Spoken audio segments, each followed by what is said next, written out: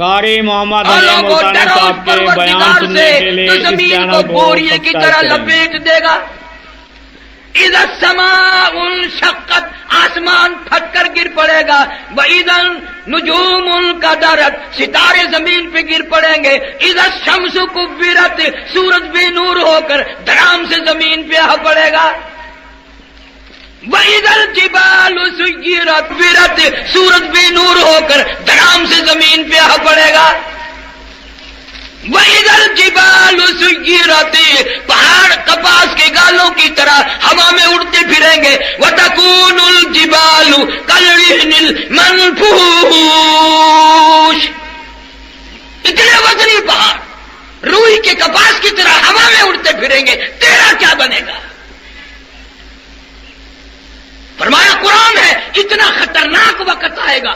یوم ترونہا تذہل کل مرضیۃ عما ارضعت وتضع کل ذات حمل حملها وترى الناس سکارى وما هم بسکارى ولكن عذاب اللہ شدید۔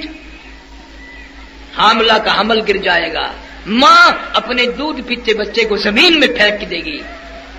اتنا بھیانک وقت ہوگا، اتنا خطرناک وقت ہوگا، کیا چیز میری تیرے کام آئے گی؟ صحابہ کرام رضوان اللہ تعالی علیہ مجمعین کی پوری جماعت نے ہر لفظ پہ نبی کے سامنے عمل کر کے دکھایا۔ سفیان ثوری رحمۃ اللہ علیہ بہت بڑے ولی ہیں، آخری وقت ہے، رو رہے ہیں، زمین پہ ناک رگڑ رہے ہیں۔ کسی نے پوچھا کیا ہوا؟ فرمایا موت قریب آ گئی۔ نے کہا پھر کیا ہوا؟ تو بہت بڑے ولی اللہ ہیں۔ فرمایا میں ولی اللہ ہوں، وہ بے نیاز نہیں ہے۔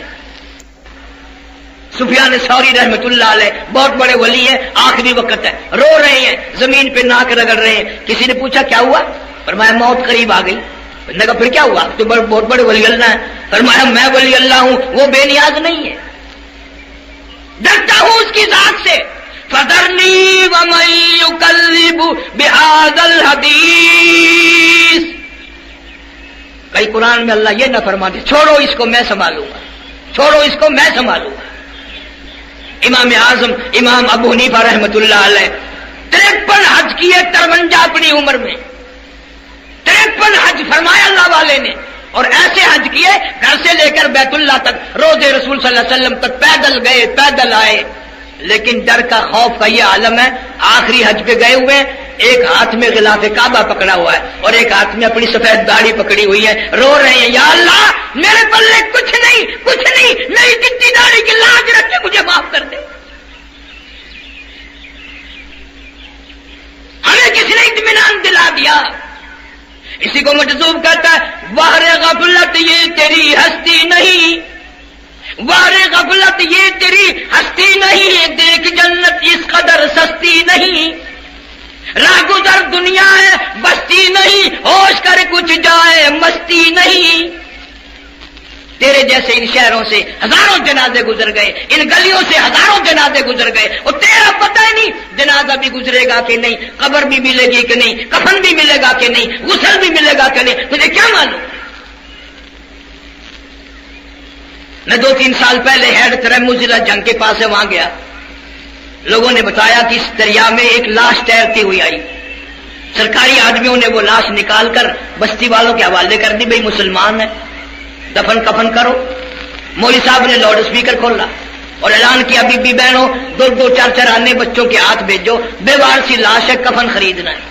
پیسے آ گئے، کفن خرید لیا، غسل دے کے کفن پہنا کے جنازہ پڑھ کے دفن کر دیا۔ چوتھے دن پتا چلا جس پہ ٹکے کا کفن کا چندے کا کفن پڑا 35 مربوں کا مالک تھا۔ تجھے کیا معلوم ہے تیرے نصیب میں کیا لکھا ہے؟ ناز کرتے ہو۔ اللہ فرماتے ہیں وما تدری نفس ماذا تکسب غدا وما تدری نفس بأي ارض تموت ان اللہ علیم خبیر۔ کسی کو معلوم نہیں کس زمین کے ٹکڑے پہ موت آئے گی، کس وقت آئے گی، اللہ پاک جانتا ہے۔ اور اللہ والوں کو تو اتنا غم رہا ساری عمر اس مرنے کا، خواجہ قطب الدین بختیار کاکی، سارے کہہ دو رحمت اللہ علیہ، اتنا بڑا ولی۔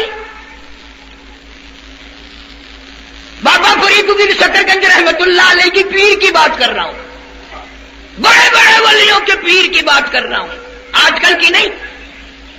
آخری وقت آیا، وصیت نامہ لکھ دیا۔ ہم تو یہی لکھیں گے نا، چھوٹی بیوی کا فلانا بنگلہ، بڑی بیوی کا فلانا گھر، فلانا زمین اس کی، ہم تو یہ وصیت، اور یہ بھی نہیں لکھیں گے تو خوب کچہریوں میں گالیاں ملیں گی۔ اللہ والے نے وصیت نامہ لکھا۔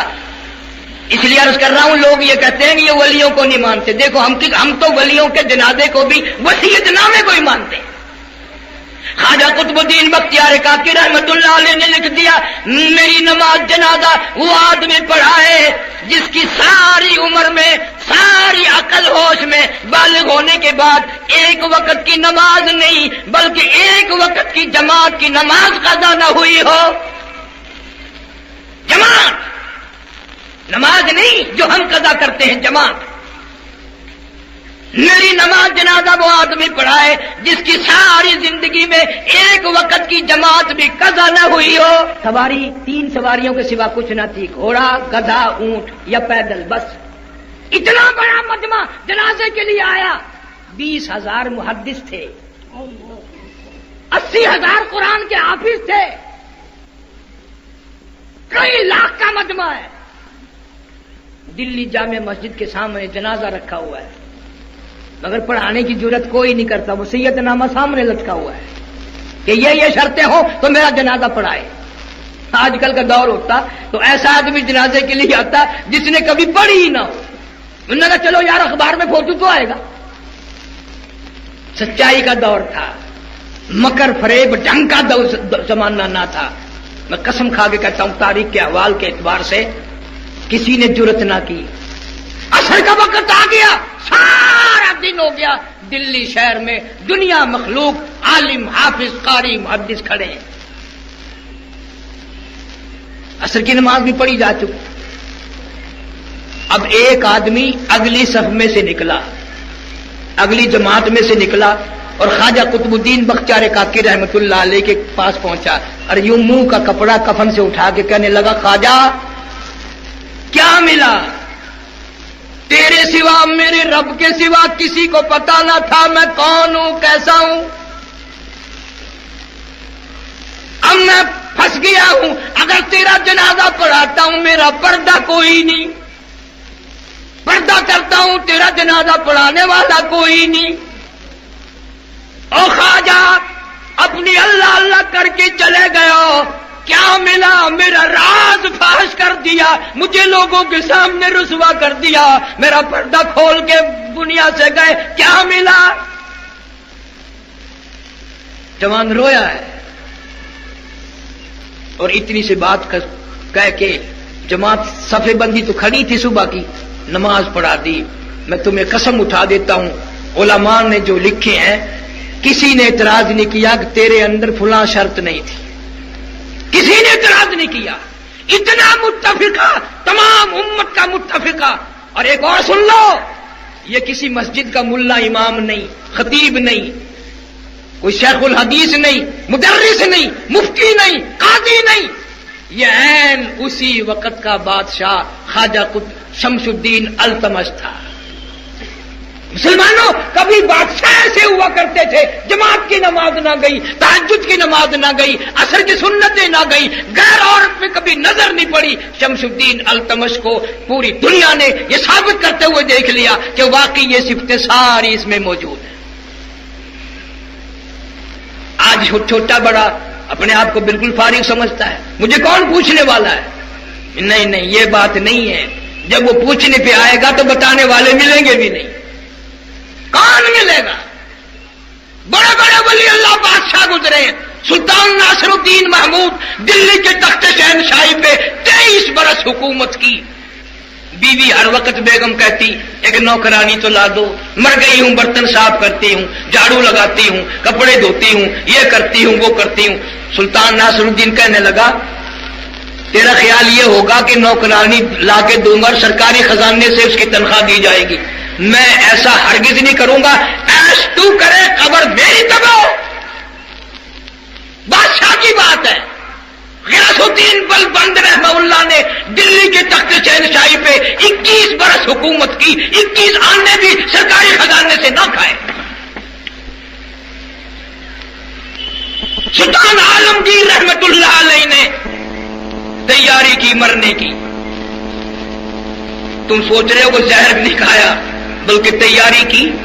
دیہات سے کپاس منگوائی، روئی، اس کو کتوایا اور اس کا پیسے دے کر کپڑا بنوایا اور کاٹ کاٹ کر اس کی